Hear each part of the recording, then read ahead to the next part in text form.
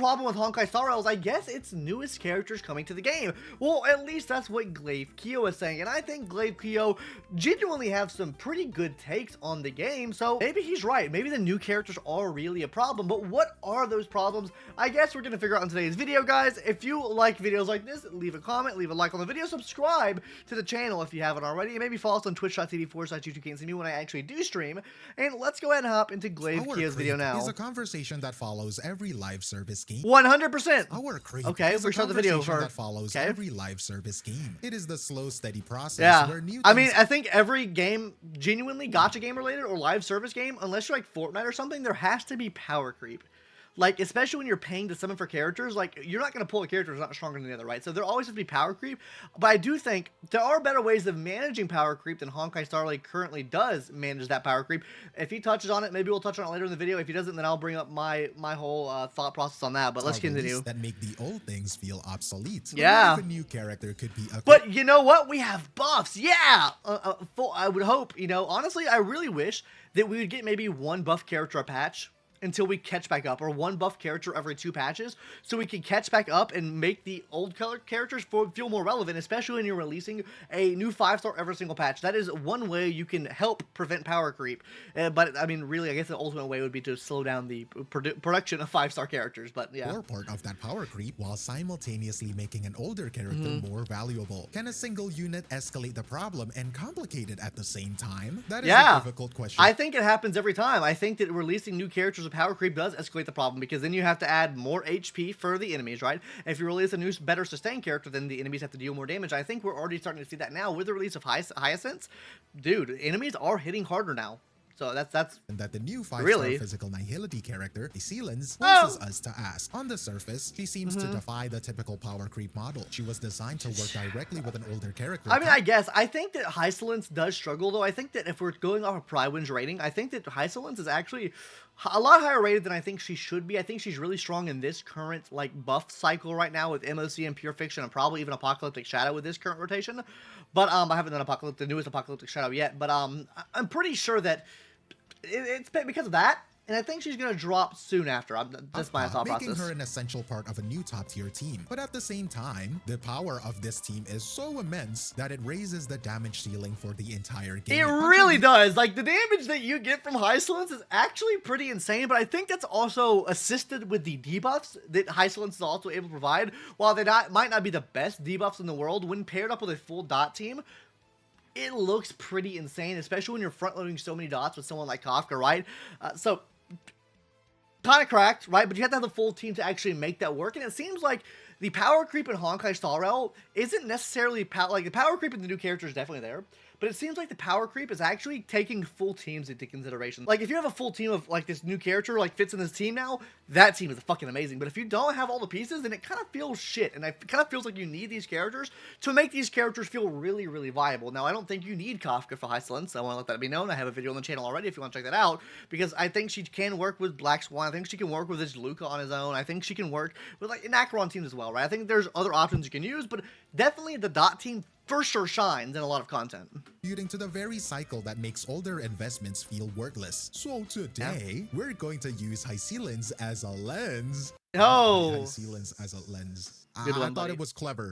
We're going to use Highlens as a lens to examine the evolution of power creep in Honkai Star Rail. Yeah, like I said, I think, I don't know if I'll talk about this, but in my thought on it is, like, the power creep has ascended from, this is how the levels of power creep went for me. Power creep has went from, like, okay, this character is just overall stronger, to, hey, this character's strong, but if you have their light cone, they become even so much stronger, right? Like, the character's already power creep, but adding that light cone, increase that level even further beyond. Then it feels like, okay, well, this character kind of feels like they need their light cone now, and then they pop the absolute fuck off, and now it feels like, well, this character maybe doesn't need a light cone, right? But they definitely need a teammate. Like, they need a full team now, so that means you have to spend more Jades to get the full team to make this character feel really, really good. And I feel like the next generation or iteration of that is like, hey, you need their light cone, and you're gonna need their full team, and this bitch is gonna pop off power creep, yeah! And then they end up scaling content around that team, the best team comp, with the light cone, and like, oh, well, shit.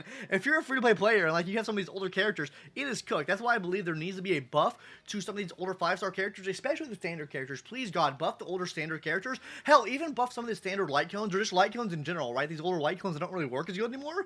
to make them fit in more. I think buffs would be really good for like free-to-play players and casual players, but let me stop yapping. Let's continue. Down how one character can represent both a situation to individual character obsolescence and a new, more demanding form of team-based power. Exactly. But to properly judge her impact, we first have to remember the exact problem she was designed to fix. But before we get into it, let's talk about LD Shop, so you can save up to 33% off your purchases. If you're tired of high prices in your in-game items. I've said this before, guys, not to slack on or shit on anyone that makes these sponsorships or LD Shop sponsorships, but I am genuinely just, where do they get the money from? Like, you know, it seems kind of weird, right? Like you're selling them at cost of like buying the currency from another country. Where do you make the real profit at? Really, you don't sell credit card info, right?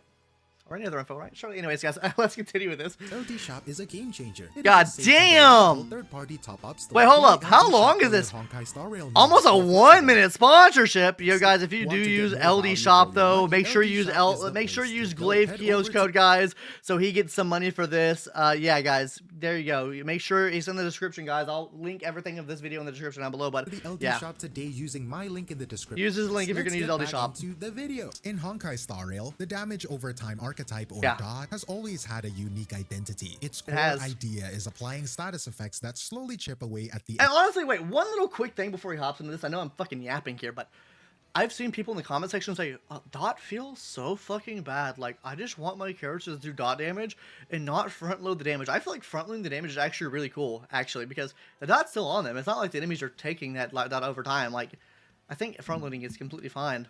Genuinely. I think that is the genuine direction that dot should be going in, but some people seem to think otherwise. I don't know. Leave your thoughts in the comment section down below of what direction you think dot should go in anyways. Enemies' health. In most games, this is a slow path to victory. Keyword on slow. But very early on, it's fast now, buddy. I'm fine with it, a solution. The character Kafka. Kafka's entire kit is built to detonate dots, forcing them to deal and Highlens detonate dots too. Their damage immediately. This single mechanic solved the archetype's traditional weakness of being too slow for endgame. So the problem was never that dot was fundamentally flawed. With Kafka at the helm, it was perfectly functional. The real issue was neglect. For a long time, while other playstyles got a steady stream of new and powerful characters, the dot archetype was left on the back burner. Like when you start getting comfortable with someone and then you get ghosted. Players at the engine. Genuinely though, guys, I think the real problem with dot is, yes, I think the problem with dot overall is just like Honkai Star Rail as a game. I think when you have cycle-based content or cycle-based in-game, it does kind of restrict you because you're having to wait for enemies to go, and like you can do everything possible to make yourself go faster, but there's not really anything you can do to make the enemies go faster, right? I think the only other direction you could go in is if you were to do something to action advance enemies or bring enemies to the front or make enemies faster to make them take more dot more consistently. I think that's really the only way you could fix dot in the game, because with the cycle system that's currently in the game, I feel like it's actually, because overall, like I said, the genuine flaw here is that the enemies don't take dot fast enough, and then you end up running out of cycles because the enemies are just overall slow. In Kafka, but the developers provided no new parts to build a more powerful machine. Dude, true. I think the last time we had a dot character was Black Swan, right? Like that before Highlens, which is what, patch 2.1, 2.0, I don't know if it's that patch 2.1 or 2.0, 2.1 or 2.0, I can't remember, but it's one of those patches, right? So it has been almost over a full version patch now. Will the same happen for Break? Probably so. I think they're just going to keep refreshing these archetypes and just bring them back whenever they get really down bad in the gutter. Like right now, Break feels really neglected. I think probably I would say maybe a year's time, we'll see probably the resurgence of Break teams. I think in the near future, we'll see the resurgence of follow-up characters, and they'll keep continuing this trend and stuff like that, but we'll have to wait and see, I guess. The true source of community frustration. This feeling went beyond quiet disappointment. It became a running... And on top of that, I think the dots overall just didn't do enough damage. Joke born from even with Black Swan overlooked. You see comments everywhere saying things like, finally, after 100 decades, another dot character, which in gacha game time, we love dot feels we dot. Right. It is a meme, but it perfectly captures the I'm a dot for simp. Any kind of innovation. And then Hoyoverse announced Highlens. Her presentation was different. She was framed as the answer to the specific problem of stagnation. The community immediately saw her as a potential savior for what they call... You know what? And I don't even think Highlens was the potential savior. I think if they release Highlens with how Kafka was originally, I still think Dot would probably be a lower tier team, genuinely. I think the 100% attack buff that Kafka brings and all the extra reprocs that Kafka brings to the table genuinely elevated that to a whole nother level, right? I think without the Kafka buff that she got, this team would still not be as good as it currently is right now. Dot Society, Nowhere near all it. their hopes on her release to make the archetype feel fresh and relevant again. The community's hope was clear, but to understand if she delivered and at what cost, we need to look past the hype and break down her what cost to make her pop off? You need Black Swan and Kafka. actual design. And when you look Or at least Kafka. You need at least Kafka, right? her kit, you start to see a very clear philosophy at play. A masterclass in what I would Also, I want to let you see this right here, guys. Look how much damage her skill move does overall. This will show you genuine power creep in the game. See a very clear 64,000. Tell me what other AoE character from version 2.0 is doing that with this ability here. The skill ability is literally, I don't think it's reprocking anything here. This is just genuine damage they're dealing to them. their philosophy at play. A masterclass in what I would call interdependency. First, you have her talent. This is her main way of applying those damage over time effects. We talked about So if we're talking about interdependency, I don't know what term he's going to use here, but I think that there's not much interdependency with the talent here because it allows everyone to put a dot on the enemy and then her ult will reproc it. There's definitely an interdependency on bringing that dot back to the forefront, in my opinion. Whenever any ally attacks, Highlens has a chance to slap one of 4 different dots onto the enemy. On paper, the damage from these dots, well, is not very good. The multipliers, that's the numbers that decide how much damage an ability does, are deceptively low. It's like lying about your height, but on the other side, I guess. This is a deliberate choice, by the way. The talent's primary function isn't dealing damage itself, but acting as a dot primer. It just quickly and reliably paints the battlefield with lots of different So then effects Highlens can to set reproc. the stage for the main Or event. Kafka. Her skill is much more straightforward, yet critically important. She hits all the enemies and applies a vulnerability debuff. All that means is that for 3 turns, every enemy takes 20% more damage from all sources. Super from huge. her, from her teammates, from everything. From the Super hate big. comments below this video. Ha ha ha ha. Dude, this is me! Me whenever I say don't summon for a character! True. Oh my god, wait, what did that say? What did that say? Let's go back. Let's lock in what it said. Let's see if it's a dumbass to send my comments as well. Oh, I can't say. Commented, I forgot he's turning to Satan himself. Holy shit. It is one of the best and most universal buffs in the game, and she provides it effortlessly for the entire team. Now we get to them. And for 3 turns and on every enemy at that. Think of this, right, guys? We have a new Battle Pass Light Cone that applies it to, I think, 1 enemy, right? We have characters like Zhao Cho that require an ultimate to bring it up. She does it with her fucking skill, and not only this, she gives herself a skill point back whenever she uses her ultimate move for free. This is shit you don't ever see put in the characters. The only other instance I see of this is, like, using Sunday with his signature Light Cone to get the skill point back, and then using, like, Herda with her signature Light Cone ultimate, and you get a free skill point back. It's built into her fucking kit. Main event, the payoff, the ultimate. When she uses it, she creates a special zone on by the way, in defense threat on top of that vulnerability, fucking massive. the field. While that zone is active, every single time an enemy takes a tick of dot damage, Highlens immediately follows up with a direct hit of her own. Yeah, so imagine when she reprocs every single dot of 4 dots on the enemy, and they take 4 ticks of dot there, and then she does 4 extra ticks of bleed. Visually, it looks like a school of fish attacking the enemy. Yeah. This follow-up attack can trigger up to a maximum of 8 times per turn. Yeah. That is a staggering amount of extra damage. That's a lot. Here is where the design gets clever. Remember her talent, the one that applies all her dots? By itself, it can only apply 4 unique types. Yeah. The kit is intentionally asking a question. If the damage cap is 8 triggers, but she can only provide the fuel for 4 of them, where do the other 4 come from? That question has a very specific predetermined answer. It comes from her teammates. And this is where we see the shift from just good synergy to what we can call a symbiotic imperative. This brings us to Kafka. Tommy, mommy, Kafka. Oh. Guys, isn't my wife so beautiful and fucking loving for doing this for me? Isn't my wife so amazing and beautiful for doing a Kafka cosplay for me while pulling on Kafka when she originally came out? Oh, and Luka Bobuka, let's go. Anyways, guys, back to the video here. Sorry, I had to goon a little bit for my wife. To provide the oxygen in the form of all these different dot effects. Then Mommy's job is to provide the circulation. Her unique ability is to detonate dots, right? So in simple terms, she provides me with more circulation than 1. All of those little damage over time effects to deal their damage immediately all at once. I'm getting circulation right now. One major weakness the archetype always had, being too slow. Okay, we talk about that. Now the phrase you will hear from every veteran player is probably true. You can run a dot team without Highlens, but you absolutely cannot run one without Kafka. She is I don't agree with that. I don't agree with that. I don't think that every dot team, I would say the majority of dot teams do want Kafka. I don't think you need to have Kafka on every dot team. I think there are viable comps without Kafka, especially with Black Swan on the team. If you had Black Swan without Kafka, I think you can run Highlens, Black Swan, and Sampo, and I think the team works out perfectly. Genuinely, I think, especially if you're against like wind enemies, that you can break shield with Sampo. I think with his ability to also reproc dot as well from every single skill he does, I think that also can work really good.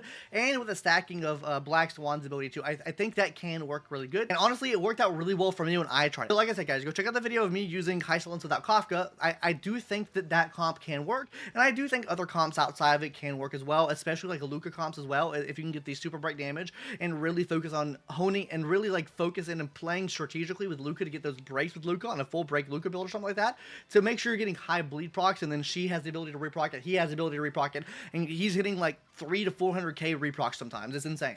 The non-negotiable cornerstone. And then you have the third member of this trio, Black Swan, who essentially don't think she's necessary, but definitely is a big factor. Pours gasoline on this entire fire. She has her own special stacking dot called Arcana. The way it works is simple. It gets stronger the more an enemy takes damage from other dots. So Highlens floods the field with dot effects, and Kafka's constant detonations count as multiple instances of dot damage. All of this feeds Black Swan's Arcana, ramping its power to levels that used to be considered basically impossible in normal gameplay. Now, it's not just possible, it is a routine. For the low price of $1,200, your routine too. No, guys, if you're free to play, as my comment section has told me, if you're free to play, you spent no money, and you got E1, S1 for all these characters because you've been saving up since day one.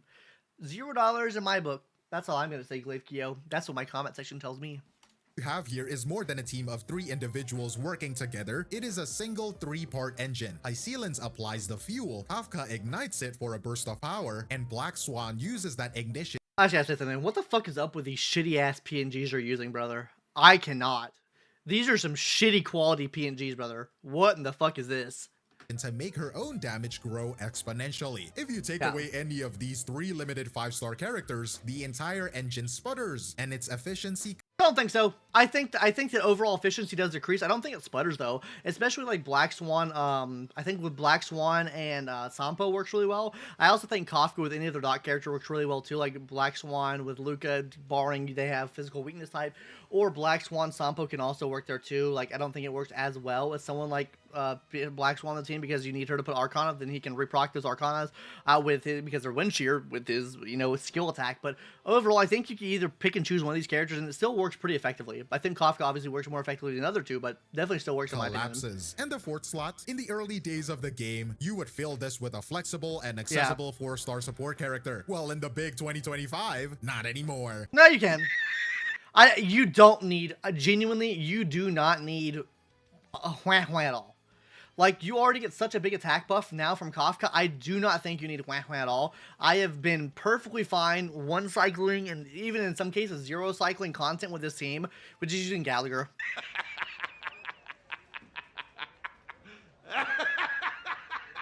Like, there's no dedicated dot support in the game right now. When we get that, it'll probably feel a lot more like you need that character, but as of right now, I don't think so. The optimal final piece of this team is almost always another limited 5-star Harmony character, like Robin or Runmei. Runmei you can get you're using it? Oh, dude, no, fuck that. Hey, us casual players, we don't go to Stainless, buddy, okay? We go to clear the content without fucking trying to sweat our ass off. Fuck that. Fuck that. I'm not using it. Runmei free, by the way. It was free, by the way. For free now, so that's pretty good. This creation Wait, of is Runmei still free? Wait. Runmei you can get for free now, so that's pretty good. Wait, can you still get her for free? I didn't know if you can still get her for free or not. I tried on my free-to-play account, but I don't know. I don't know. Can you still get her for free or not? A powerful but expensive pre-packaged team doesn't happen in a vacuum. It plugs directly into that broader accelerating trend we mentioned at the start. Power creep is a normal thing in these kinds of games. New characters are released, and to make them I think it's also just the community as well pushing for faster clears when you don't have to make faster clears as long as you're, because I think there's genuinely this conflated view of beating in-game of like, hey, to beat the in-game, you have to beat it within 2 cycles or you're fucking cringe. No. As long as each side can complete their side within 5 cycles, you clear it and you get all the rewards. There's no extra rewards for it, right? As long as you can get at least the average median score in both Apocalyptic Shadow and also Pure Fiction, there is no need to complete it any faster. Genuinely. Like, I don't think so. I don't necessarily agree with that take. Feeling, they are often a little bit stronger than the old ones. It is True. a slow, gradual climb, but every so often... Slow, gradual, my ass. Did you see what happened when Acheron came out compared to the other characters? And now Acheron feels like she does fucking shit tier damage compared to, like, Fanusi now. Dude, like, there has been a map. There have been big power spikes, I would say. A character comes along who doesn't just raise the ceiling, they build an entirely new floor. Damn fucking right. That character was Acheron. Yeah. Her release marked a clear step up in power. She introduced the damage output so high and an ability and now she feels shit. To ignore the game's core elemental weakness system so efficiently that she fundamentally changed the benchmark of what a top-tier damage dealer or DPS could be. She established a new, much higher baseline. Karan, baby! Karan is so back! Yay! Yippee! I love it. All future characters would have to be balanced against, and the new Dot team, headlined by Highlens, is clearly designed to compete on this new, elevated plateau. This is the first argument for how Highlens escalates the power creep problem. The complete team is... I think she does escalate the power creep problem in terms of needing full teams to make it feel really fucking good, but that's not to say they still can't clear content, but I think they are skewing much more towards, like, yo, if you don't have the full team, like, they're kind of implementing it into our brains right now of, like, hey, if you have these characters, then she's going to perform a lot better. And then it's going to get to the point where it's like, if you don't have these characters, it feels like shit. And I feel like that is the kind of like the gist of Cedra, right? Or Cedra, whatever her name is, right? Because I feel like she fucking pops off with a phainon. Who else does she pop off with, right? So if you have a phainon team, there is obviously one option that is better than the rest, and that's Citra. So that's...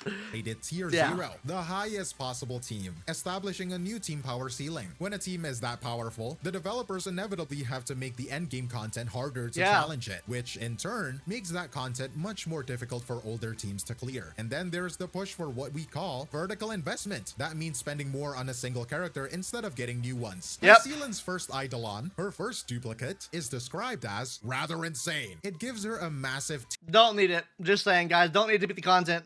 Team-wide damage boost, and more importantly, it allows her to apply enough dots all by herself to max out her own ultimate damage. It is a huge power spike that creates a significant gap between a base Highlens and one with just a single copy. But the dynamic here is much more complex than a simple story of a new character replacing an... Let me give you guys a little graph real quick. Guys, this is going to be horizontal investment. This means getting, you know, multiple characters to account. This is going to be vertical investment, right? I feel like in the early days, it kind of went like this right here and then slowly went up. This is what the current content feels like right now, right? This is like, okay, especially with the new in-game game coming out, it's like you have to start kind of up here now, and it's like that now. So our old chart looks kind of like this right here, and this is what our new chart looks like. You have to start at an already higher level to kind of compete in content now. Plus, you need more horizontal investment because now you need 3 fucking teams to compete in content. So there is definitely a power creep in this chart right here. Very rudimentary. It looks like a kindergartner drew it, but you get the point. Gets more interesting. Critically, Highlens does not replace Kafka. Nope. She does the opposite. She makes Kafka more essential than ever. Yep, this single 100%. design choice preserves and even enhances the value of a player's previous investment in an older character. This is the arguments for... Like I've always said, guys, Kafka is the foundation of a dot team. The more dot characters you get, the more essential she becomes. And I'm going to keep it a buck with you. I'm going to keep it real with you guys. You are going to replace Black Swan before you replace Kafka. Genuinely, unless Black Swan gets a buff that she's able to reproc dots, being able to front load dot is so much more efficient and so much more powerful than what the dots on the enemy are, that she is always going to be essential. The only way that outscales it is if that shit does bukus and bukus amounts of damage, right? But still, you would want to reproc on the team if that doesn't insta-kill enemy, basically, how right? her release actually complicates or even alleviates the traditional model of power creep. What we are seeing is a shift, a move away from a replacement model where a new DPS comes out and makes your old one obsolete. Honestly, and this is a really bad problem if you play Zenless Zone Zero as well. Like, in Zenless Zone Zero, in patch 1.0, you already felt this, where, like, the characters already, like, obviously power creep. Like, you get to 1.4, Miyabi just smashes everything in the game. But then after Miyabi came out, I was like, hey, if you want this character to be good, you need their light cone. And now it's like, oh, you need this whole fucking team built around them. And it's gotten to the point now where as Honkai Star Rail's model with releases of characters is genuinely better than what ZZZ's model is. ZZZ models is this. You have character, DPS character, and then you have their best support side by side, and it does it for every single patch. So genuinely what you're doing is you're having to save up for at least 2 characters a patch now, because if these 2 characters fit your archetype, then that's what you go for. I think that Honkai Star Rail will maybe switch to that model, and if it does, that is absolutely fucked for you. Just letting you know that right now, because that means now you're having to waiting a fuck ton of time before they get reran ever again, and you don't know, are they going to put them on the same rerun banners together, or are they going to spread them apart? You don't know when you're going to get one or the other, right? So it is actually kind of cooked if Honkai Star Rail starts doing that, because that's the model that Zenless Zone Zero has already shown. Towards a symbiotic model, our is no longer fucking just shit. derived from a single standalone unit, it is derived from owning the complete interlocking set. You are not being sold a replacement for your old character, you are being sold an upgrade that requires— You're being sold an upgrade for a team. You're not being sold an upgraded character. Well, I guess you are being sold an upgraded character, but you're being sold an upgrade for the whole team versus just for themselves, right? Because they feel lackluster, if that. Like, a lot of these characters don't feel as good on their own as with other characters, right? That's like saying running phainon on a team without his 3 best in slot supports. His damage feel like it drops off a lot. Not to say he's still bad, but his damage does drop off a lot. Same thing with the casters as well. Her damage feels like it drops off a lot when you don't have a lot of HP scaling people in the team that are able to, you know, help out with the HP factor there. Herta, when you don't have a good erudition unit with her, feels kind of bad, right? Requires your old character to function. So we see a shift in philosophy. It is less about replacing old units. And I think you could— I'm sorry for cutting this off one more time, guys. I just got to bring this last point up here. And you even saw this, of them implementing this, way back when Acheron came out. You could see the writing on the wall when Acheron came out, because, but no one said anything about it, because, oh my god, dude, she gets such a big buff, and at E2, guys, guess what? You don't have to run 2 agility characters on the team, but you saw the writing on the wall with her. That showed the shift of, hey, you need a team built around this character with this specific group of characters to make this character good. Have that, you lose a lot of damage, so you need to have 2 agility characters, and then that also makes you have a reason to pull for these other agility characters you might not have pulled for in the past, because it makes your Acheron better, because she needs an agility character now. So it's like, oh, well, she needs this Zhao Cho to make her absolutely amazing, and now you see where Zhao Cho's at. Slowly slipping down the tier list further and further and further. That's the genuine trend they're going down. And more about raising the price of admission for the entire archetype. And this new model has a tangible and often frustrating impact on the player experience. This is where all the design theory and meta-analysis meets reality. How these changes actually feel to the people playing the game. If you have been on social media lately, you might have noticed a rising tide of negativity, with video titles and posts asking why everyone seems to hate the game now. If you look closer, you will find the frustration is rarely aimed at the game's story or the core gameplay.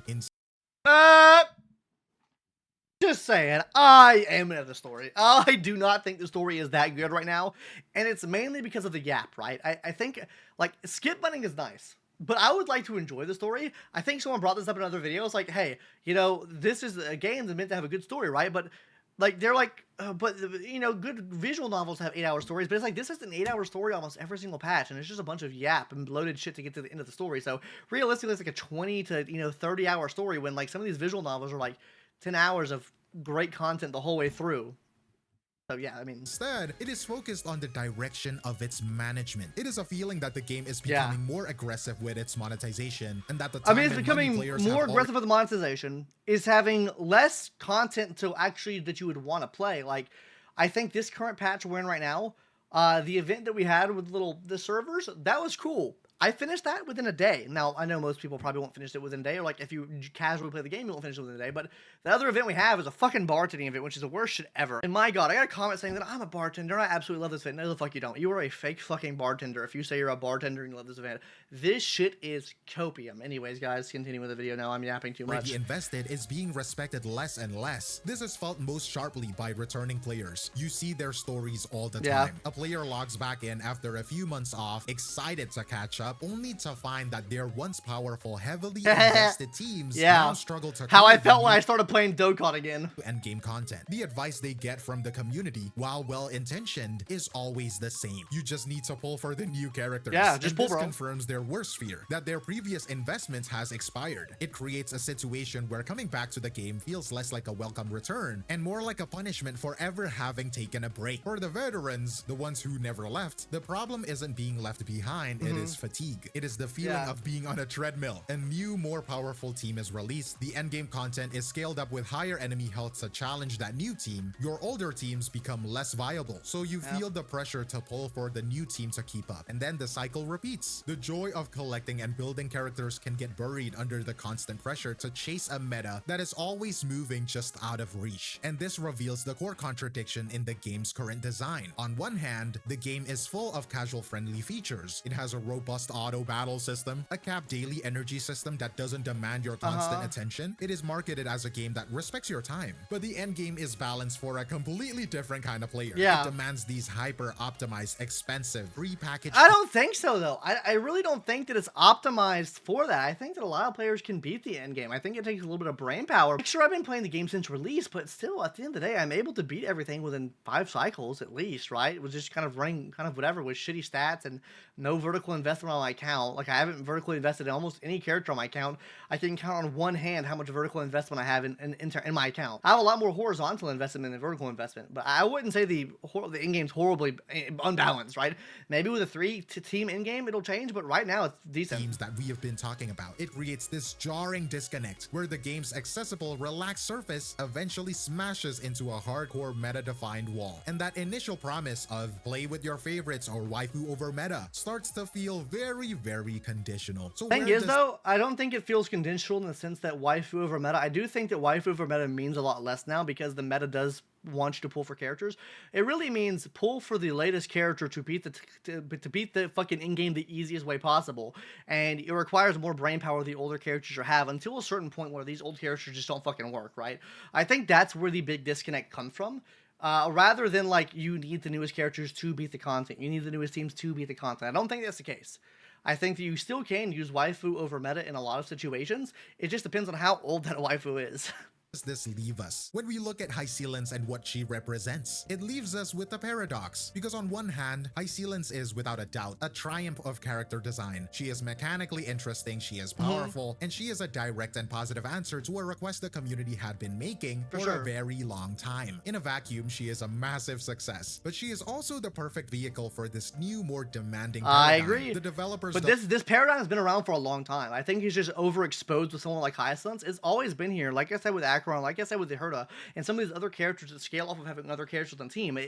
Delivered the solution thing has to been a here. problem It has been of here. a stale meta, but that solution came packaged with a new requirement: the need to buy an entire expensive ecosystem of other limited characters to make it work at its highest level. And I agree. Think that is the real takeaway here. Ass. The nature of the problem has the power creep of teams. It is no longer just team about power a new character being stronger than the old one. It is about the power of a complete prepackaged team and the rising cost of entry to stay relevant at let's be real, Highlens is stronger than everything we've gotten before, genuinely, for Dot, and she still competes without the Dot team, but she gets so much more power with that Dot team. That's kind of like I said before, with the light cones, like, they get so much more powerful with the light cone, right? Highlens saved the Dot archetype, but in doing so, she cemented a new, more demanding reality for the players who love it. This move towards symbiotic repackaged teams keeps older keystone characters like Kafka relevant for longer, but it also raises the overall investment costs for a top-tier team. I'm curious to hear your thoughts. Is this model healthier for the game's long-term future? Fuck no, it's not.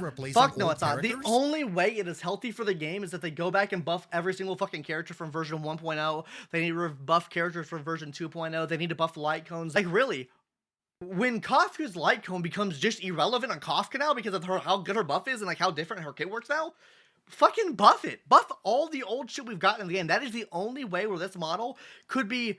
I still think, by the way, I just want to say, I don't think that this model is still sustainable at that point, that the characters need teams to make them work. I genuinely think that these characters should work on their own, and then they just play well in a team, right? And I think there's always going to be a point where, these characters play the best with a team. But when you have characters that are like, hey, their performance on their own drastically increases when you have them on the team, versus, hey, this team is synergizing really well. It doesn't buff like an individual's damage up by this much because that's the team you need to run them on. Bad at explaining shit. Anyways, guys, go hit the subscribe button for Glaive Kyo, guys. Go give a like on the video. Everything will be linked in the comment section down below. Hope you enjoyed today's video, my Yap Fest, a 38-minute bullshit. Anyways, guys, I'm gonna end here. See you later. Bye. Subscribe if you haven't already. Bye.